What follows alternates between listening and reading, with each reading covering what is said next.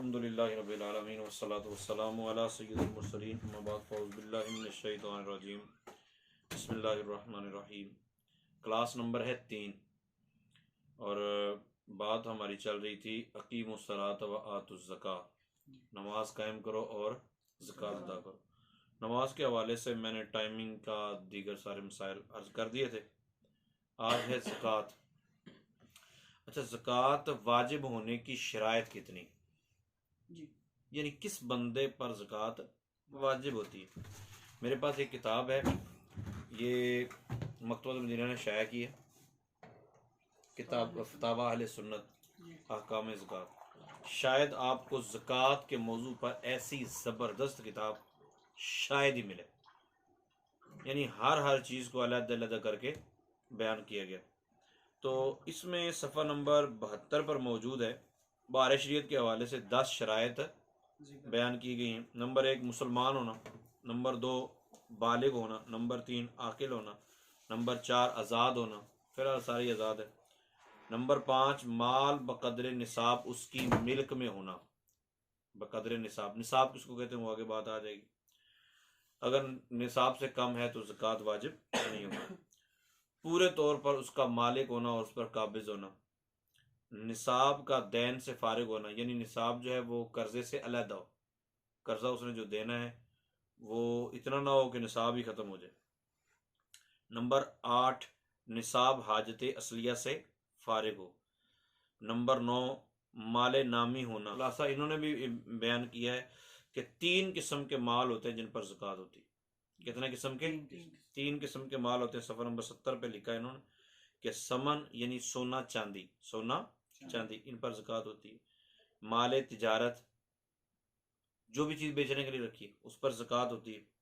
और साइमा यानी चराई पर छूटे जानवर।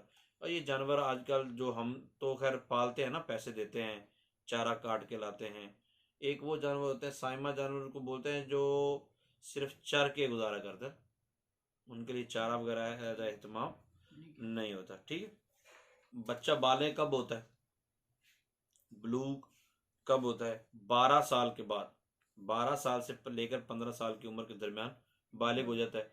अगर 15 साल उम्र हो गई है और अभी किसी ज़रिए से पता उसको नहीं चला, ठीक है, एहतराम नहीं हुआ, तो वो बच्चा बालिग हो गया। 15 साल की उम्र में पहुंच के सारे बालिग हो जाते हैं। लड़की 9 साल के बाद से लेकर 15 साल की उम्र तक कोई अलामत बलूग की पाई जाए तो बालिग। अगर 15 साल हो गया अभी कोई अलामत नहीं पाएगी तो वो बालिग ही समझी जाएगी। रकम अपनी बेटी के नाम कर दी, रकम अपने बेटे के उमूमन लोग कर देते हैं कि ये जी पैसा जो है ना, इतना पैसा अपनी बेटी के नाम का अकाउंट खुलवाया और उसमें रख दिया कि ये जी बच्ची के पैसे हैं। मैं अगर जिंदा रहा तो ठीक है, ना रहा तो चलो ये अपने इसके मामलात में खर्च हो जाए, या ये अपने मामलात में खर्च कर लेगी। तो अब उन पैसों पर ज़कात है कि नहीं? तो इसकी 2 सूरतें हैं। एक सूरत तो यह है कि वाकई ही उस बच्ची को उसका मालिक बनाया, हिबा कर दिए पैसे कि अब ये पैसे इसी के हैं, ये बच्ची हो जो बच्चा, दोनों सूरतों में जब वो मालिक बन गए तो अब चूंकि उसकी मिल्कियत है और वो नाबालिग है तो उस पर ज़कात नहीं है, नहीं किए।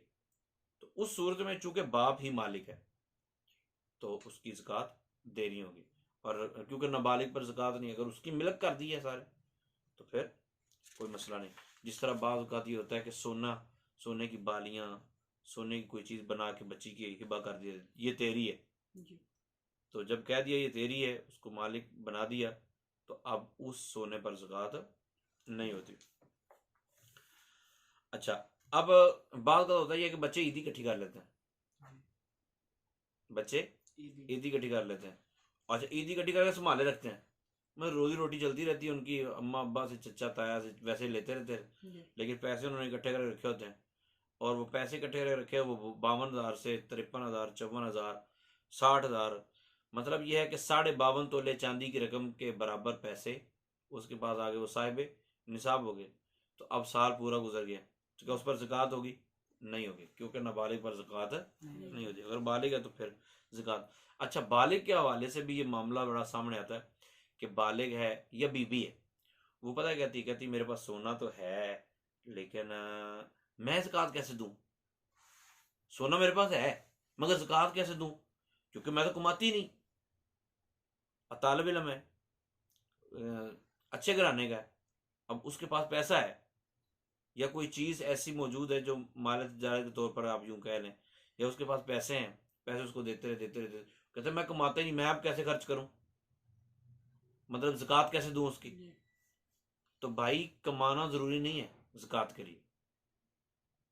किसी के पास सोना मौजूद है, यानी लड़का है उसने सोना संभाल कर रखा हुआ है कि जी मेरी जब शादी होगी मैं उस वक्त अपनी बीवी को कोई जेवर बनवा के दूंगा, जब शादी होगी। तो वो बालिग था, अब ये पढ़ रहा है, वो कहता है मैं तो कमाता ही नहीं, मैं इसकी कहाँ से ज़कात दे दूँ। बीवी कहती मैं तो कमाती नहीं, मैं कहाँ से ज़कात दे दूँ। तो सोने में दे दे, नहीं कमाता तो सोने में से दे दे। ज़कात देने के लिए कमाने वाला होना ज़रूरी नहीं है, जिसकी चीज़ है, ठीक है, उसने ज़कात अदा करनी है, चाहे वो सोना बेच कर कहे, चाहे वो चांदी बेच कर कहे, ठीक है। तो बालिग तालिब इल्म होगा या औरत होगी जो भी, तो वो कमाए या ना कमाए उसको ज़कात देनी पड़ेगी। अच्छा, अब एक और मसला ये है कि किसी बंदे ने, अल्लाह ना करे, अल्लाह इस मुसीबत से बचाए, किसी ने बैंक से कर्जा लिया या किसी से कर्जा लिया, अब कर्जा है 9 लाख रुपया, कर्जा है 9 लाख रुपया, लेकिन 3-4 लाख रुपया सूद का है। तो अब इसने अपना हिसाब किताब लगाया कि 20 लाख, 30 लाख, 40 लाख, 50 लाख रुपया मेरे पास है, तो इसमें से मैंने जो कर्जा देना है वो निकालना है ना। क्योंकि तरीकाकार ये मैंने अर्ज किया, जो पैसे आपके पास मौजूद है वो लिख लें, जो लोगों से लेने हैं वो भी लिख लें। ये एहतियातन अर्ज कर रहा हूँ कि जो लोगों से लेने हैं वो भी लिख लें, ठीक है। आप जो सोना मौजूद है वो भी लिख लें, जो चांदी मौजूद है वो भी लिख लें, जो प्राइस बॉन्ड मौजूद है वो भी लिख लें, नकदी की सूरत में, माल तजारत की सूरत में, जो चीज़ें भी आपके पास मौजूद है ना, बेचने वाली सोना चांदी या करेंसी कोई भी, ये चीज़ें आपने लिख लेनी, इनकी करंट वैल्यू, जो उस वक्त मौजूदा रेट है उस वक्त। ऐसा नहीं है कि जो सोना लिया थी 10,000 मुझे, तो मैं ज़कात उस हिसाब से कटांगा ना, जो इस वक्त वैल्यू है उसकी सोने की, उस एतबार से आपने उसकी अमाउंट का अंदाज़ा लगाना है, पैसे लिख लेने, पैसे लिख लेने। उसके बाद आपने क्या करना है कि अब आपने निकालने हैं पैसे, उसमें से जो लोगों को देने हैं वो पैसे निकाल देने।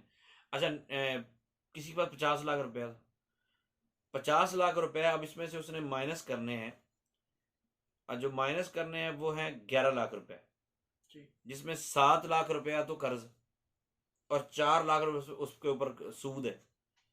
तो 7 लाख उसमें से मिनहा करेगा या 11 लाख, तो फुकहा ने लिखा कि सिर्फ 7 लाख, क्योंकि कर्ज तो सिर्फ 7 लाख है ना, बाकी तो हराम के पैसे देने इसने, तो वो उसमें से मिनहा नहीं की नहीं। तो 50 लाख में 7 लाख निकल, बाकी 43 लाख की ज़कात दे, ठीक है।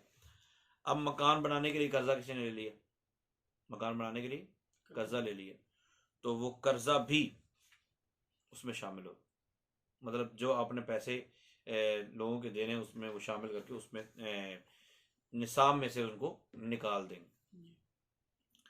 अच्छा, अब किसी के पास 50 लाख रुपया है,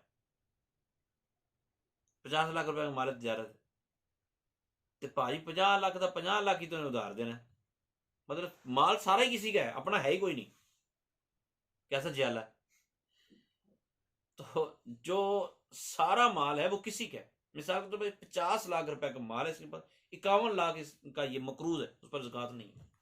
किसी बंदे ने क्या किया, पैसे देने थे किसी को, अब वो दूसरा बंदा कहता यार तू मेरे पैसे दे दे, कहता मेरे पास है ही नहीं, वो कहता चल मैं ना, जो मेरे पास मैंने तुमसे 10,000 रुपया लिया वो ज़कात में ख़त्म, नहीं समझ आई भाई, मैंने आपसे लेना 10,000 रुपया, आप कह रहे हैं मेरे पास नहीं, मैं क्या, तो मैंने ज़कात निकालनी, मैंने कहा 10,000 रुपया, चल वो जो ज़कात मैंने देनी 10,000, चलो वो इसको माफ़ की, इस तरह नहीं होगा। क्योंकि ज़कात के लिए जिस वक्त आपने ज़कात देनी है या जिस वक्त ज़कात निकाली है, उस वक्त नीयत का होना ज़रूरी है कि ये ज़कात के पैसे। अब वो बंदा पैसे दे ही नहीं रहा, वो मजबूर है, तो अब क्या करें। उस सूरत में फिर ये है कि फुक़हा ने लिखा कि वो इस तरह करे कि पैसे उसको दे और बाद में अपना कर्जा वसूल कर ले, जब पैसे देगा उसको ज़कात अदा हो जाएगी, कि अगर वाकई वो मुस्तहिक है तो। ठीक है, तो पैसे उसको देगा, ज़कात अदा हो जाएगी, बाद में उसके भाई जो कर्जा जो मैंने आपसे लेना था वो वापस कर दो। तो ये तरीका तो ठीक है। डब्बे में खुले सिक्के जो है ना, 1000 रुपए के सिक्के रख लिए, वो देते रहे देते रहे देते रहे देते रहे फकीरों को, बाद में कहा कि चलो 1000 ज़कात का निकल गया, ऐसा भी करते हैं। तो याद रखिए, पहली बात तो यह है कि मुस्तहिक को देना जरूरी। दूसरा ये, जिस वक्त उसने अलग किए, अगर उस वक्त नीयत थी कि ये ज़कात के हैं तो फिर ठीक। सवाल ये है, बीवी के पास सोना है, बंदा कमाता थोड़ा है, तो ज़कात बीवी पर वाजिब है या शोहर पर? तो इस हवाले से पहले ये ज़हन में रखें कि निसाब जो होता है ना, निसाब जो ज़कात का होता है, वो अगर सिर्फ किसी के पास चांदी है तो 52.5 तोले चांदी होगी तो बंदा साहिब निसाब होगा, और अगर सिर्फ सोना है तो 7.5 तोले सोना होगा तो बंदा साहिब निसाब होगा। सिर्फ माल तिजारत, तो उसमें हमने हिसाब रखना होता है, 2 निसाब है ऊपर हमारे पास, एक सोना और एक चांदी। तो हमने देखा ना फकीरों का फायदा किसमें है, तो फकीरों का फायदा चांदी में। ज़ाहिर 7.5 तोले सोना तो वो 7 लाख तक पहुंच जाएगा, तो साहिब निसाब 7 लाख में जाके होगा। और चांदी के एतबार से देखें 40-45 हज़ार रुपये में भी बंदा साहिब निसाब होता है। तो फकीरों का फायदा चांदी के निसाब में। तो माल तिजारत का अगर हमने एतबार करना है, कितने माल पर माल तिजारत पर ज़कात है, तो 52.5 तोले चांदी की रकम के बराबर अगर किसी के पास माल तिजारत है तो वो बंदा साहिब निसाब। अच्छा, ये हो गए 3 अलग अलग। अगर किसी के पास सोना और चांदी, सोना और एक चांदी की अंगूठी है, एक सोने की अंगूठी भी बंदे के पास मतलब पड़ी हुई है, कुछ सोना है और कुछ चांदी है, बंदे की मिल्कियत है जी।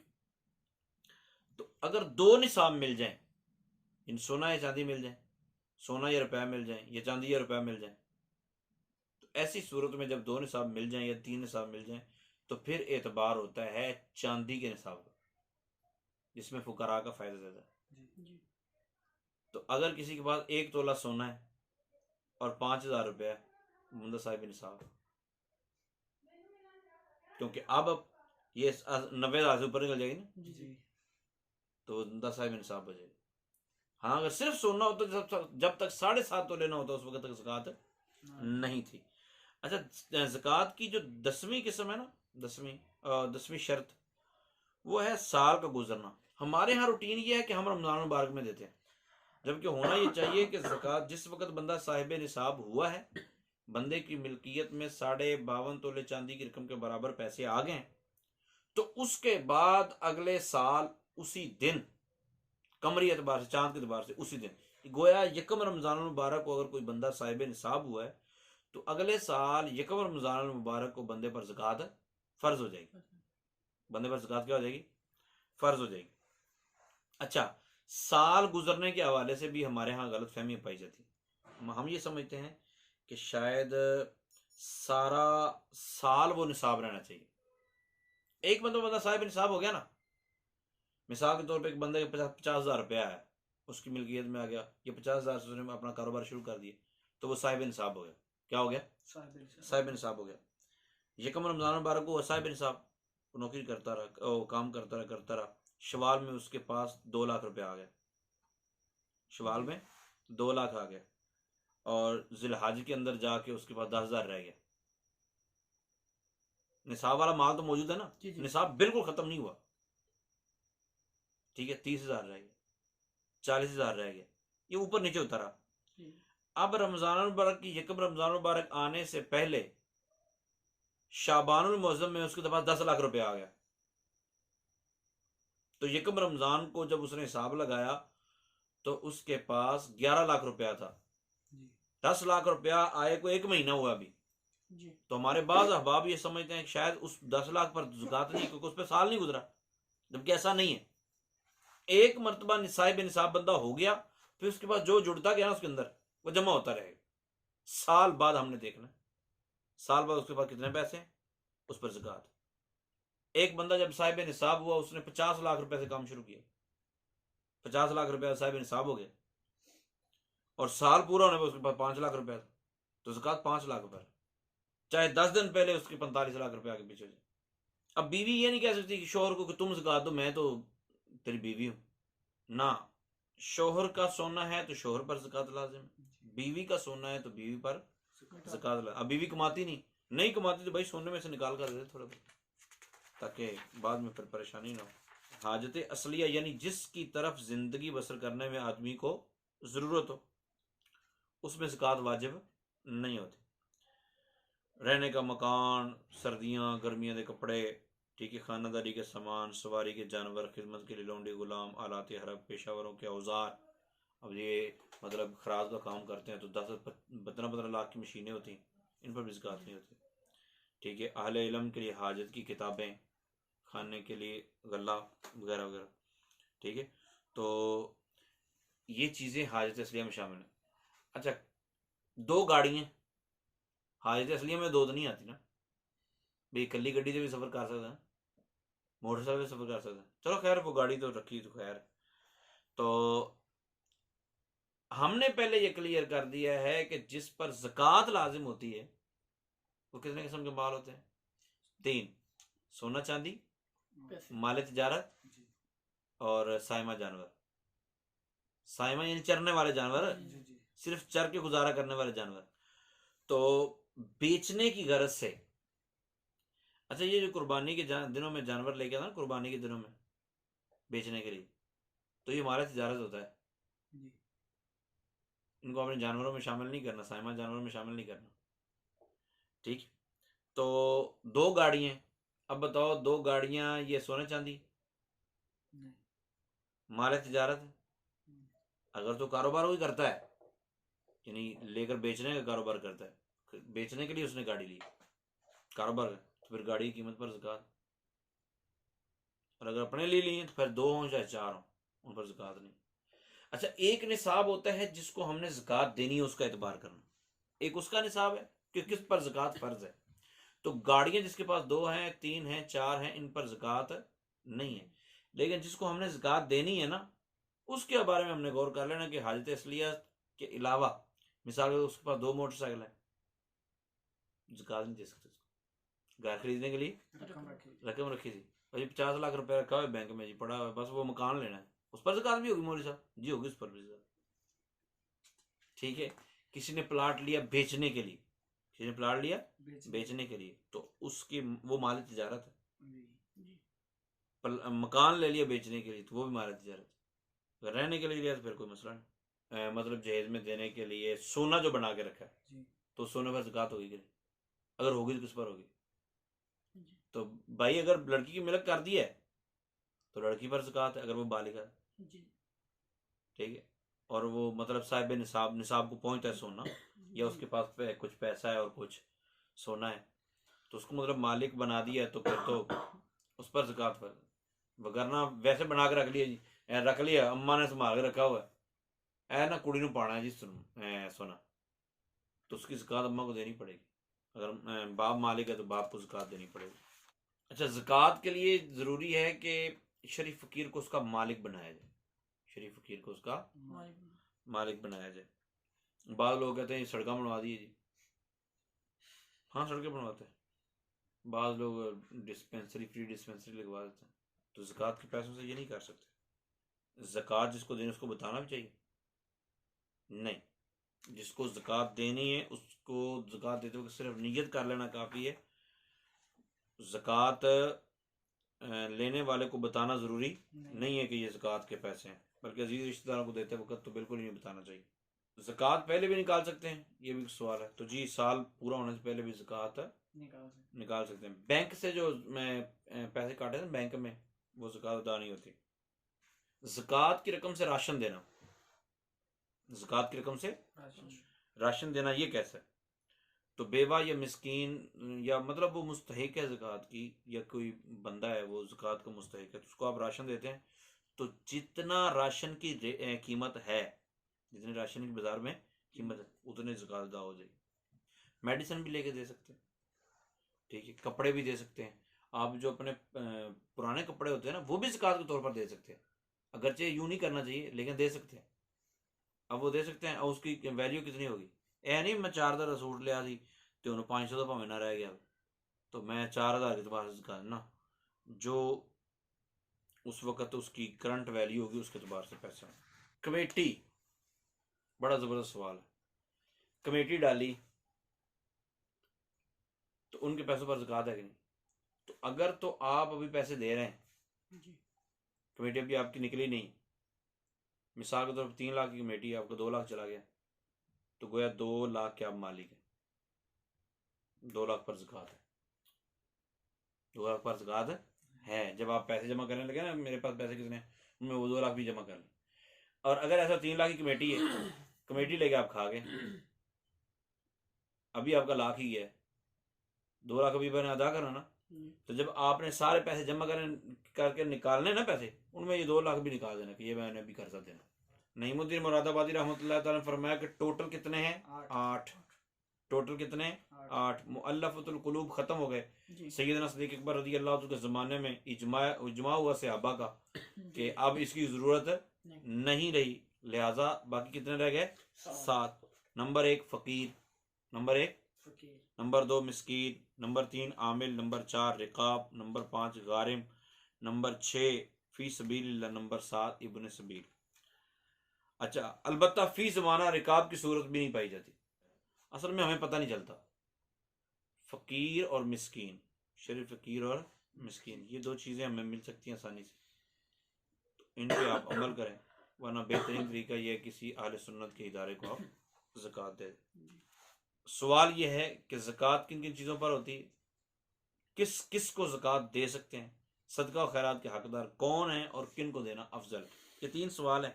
पहले सवाल का जवाब हो चुका है कि सोना चांदी करेंसी प्राइस बांड भी इसके अंदर शामिल हो गए, माल तिजारत और साइमा जानवर, इन तीनों पर 3 किस्म के मालों पर ज़कात होती है। और जिनको ज़कात दे सकते हैं, फ़कीर जो मालिक निसाब नहीं, नंबर 2 मिस्कीन जिसके पास कुछ भी ना हो, बिल्कुल नादार हो, ठीक है। बाकी आमिल, गुलाम आज़ाद करवाने के लिए मकरूज को देनी या राह खुदा में जो, वो अलग है, अलग मामला था। अच्छा, सदका और खैरात के हकदार कौन है? सदकात वाजिबा, 2 किस्म के सदका होते हैं सदकात वाजिबा, जैसे ज़कात, सदका फितर, वो माल जिसकी मन्नत मानी जाए, ये भी सदकात वाजिबा में है। रोज़े के कफ़ारे में जो खाना खिलाया जाए, कसम के कफ़ारे में जो खाना खिलाया जाए, ठीक है, ये हो सदकात वाजिबा। ये सिर्फ उन्हीं को दे सकते हैं जिनको ज़कात दे सकते हैं। सदकात वाजिबा सिर्फ उनको दे सकते हैं जिनको ज़कात दे सकते हैं, और नफली सदकात फ़कीर और गनी सबको दे सकते हैं, ठीक है। सदका वाजिबा करीबी रिश्तेदार को देना अफसर, जबकि वो इसका मुस्तहिक हो, ठीक है। और सदका नाफिला भी उनको देना अफजल है, यानी करीबी रिश्तेदार, इसके डबल अजर मिलता है, एक सदका देने का और एक करीबी रिश्तेदार सिला रहमी करें। कौन से रिश्तेदार हैं जिनको ज़कात दी जा सकती है और कौन से रिश्तेदार हैं जिनको ज़कात नहीं दी जा सकती? और रिश्तेदारों में से कोई हाजतमंद और शरीफ फ़कीर है तो उसको ज़कात देना अफजल है, मगर उनको देने की चंद शराइत है। इन रिश्तेदारों को ज़कात देने की चंद शराइत है। सैयद या हाशमी ना हो, सैयद या हाशमी, वालिदैन को ज़कात नहीं दी जा सकती, अपनी औलाद में से किसी को ज़कात नहीं दी जा सकती, बेटी को, बेटे को, ये को। मियाँ बीवी, यानी बीवी अपने शौहर को या शौहर अपनी बीवी को ज़कात नहीं दे सकता, ठीक है। ऐसा नाबालिग ना हो जिसका वालिद गनी हो, क्योंकि नाबालिग ऐसा है कि उसका वालिद गनी है, तो नाबालिग को ज़कात देना गोया बाप को ही देना ज़कात। इनके अलावा भाई, बहन, सास, ससुर, बहू, दामाद, खाला, फुफ्फी, अपनी ज़ौजा की औलाद जो दूसरे शौहर से, अपनी वालिदा का शौहर, मतलब सगा वालिद ना हो, अपने वालिद की ज़ौजा यानी सौतेली माँ जो होती है, चचा, मामू, इन सब को ज़कात देना जायज़। अब क्लियर हो गया, जब बहन को ज़कात देते हैं, भांजे को भी दे सकते हैं, भाई को दे सकते हैं, तो भतीजों को भी दे सकते हैं, ये दर्जा वाला दे सकते हैं। ये मुतलकन कह रहे हैं ना कि जी हम डिस्पेंसरी खोलवा देंगे उस पर ज़कात के पैसे, ये भी दुरुस्त नहीं है। माल ज़कात से किसी को उम्रा करवाना ये भी ठीक है नहीं है। हाँ, अगर वाकई वो मुस्तहिक है तो उसको पैसे दे, तो जो मर्जी करे वो, ठीक है। मैयत को बुरा साग खाना खिला देना ज़कात के पैसे, ये भी ठीक नहीं। मस्जिद में ज़कात नहीं लग सकती, ठीक है। कब्रिस्तान की जो दीवारें वगैरह तमीर करवा देना कि जनाज का बन रही है, ज़कात दे पैसे भी दे दो, नहीं कर सकते। हमारे यहाँ गैर मुस्लिम फिर रहे होते हैं, उनको ज़कात नहीं देनी चाहिए, वो जो हमारे घर में काम करती है जी, इसलिए हम उसको ज़कात, उसको पैसे दो, वैसे ज़कात दें। तो सदकात और खैरात जो होते हैं ये सादात को, सय्यदातों को नहीं दे सकते। कौन से भला? सदकात वाजिबा। और इससे अगर अदा कर दिए तो ज़कात भी अदा नहीं होगी और गुनाहगार भी होगा। ये महल का चेहरा होता है। तो सय्यदातों को तो साफ सुथरा माल देना चाहिए और नजर न्याज पेश करनी। अच्छा, ये सैयद और हाशमी में क्या है? सिर्फ सैयद को ज़कात नहीं दे सकते या हाशमी को भी? तो मैं पहले अर्ज कर चुका हूँ ना कि बनी हाशम को ज़कात नहीं दे सकते, ठीक है। ना ही एक हाशमी दूसरे हाशमी को ज़कात दे सकते, कोई इधर उधर नहीं दे सकता, हाशमी तो हाशमी को दे सकते हैं, नहीं। हाशमी से मुराद हज़रत अब्दुल मुत्तलिब के बेटे हज़रत अब्बास और हारिस और पोते हज़रत अली और हज़रत जाफ़र और अकील रिज़वानुल्लाहि ताला अलैहिम अजमईन की औलादें। जबकि हज़रत अली रज़ी अल्लाह तआला की जो औलाद हज़रत फ़ातिमा से है उनको और हसनैन करीमैन की औलाद को सैयद कहा जाता है। हर सैयद हाशमी ज़रूर है, यानी बाप दादा से चलेगा ना, मगर हर हाशमी सैयद नहीं, ये जरूरी नहीं भी हर हाशमी सैयद भी हो। अलवी जो होते हैं वो ज़कात ले सकते हैं नहीं। जब हज़रत अली रज़ी अल्लाह की औलाद से हैं तो फिर हाशमी हुए, क्योंकि हज़रत अली रज़ी अल्लाह की वो औलाद जो हज़रत फ़ातिमा तो ज़हरा रज़ी अल्लाह तआला अन्हा से है, हसनैन करीम वो सैयद है, तो हाशमी तो हज़रत अली रज़ी अल्लाह की औलाद से होंगे ना वे।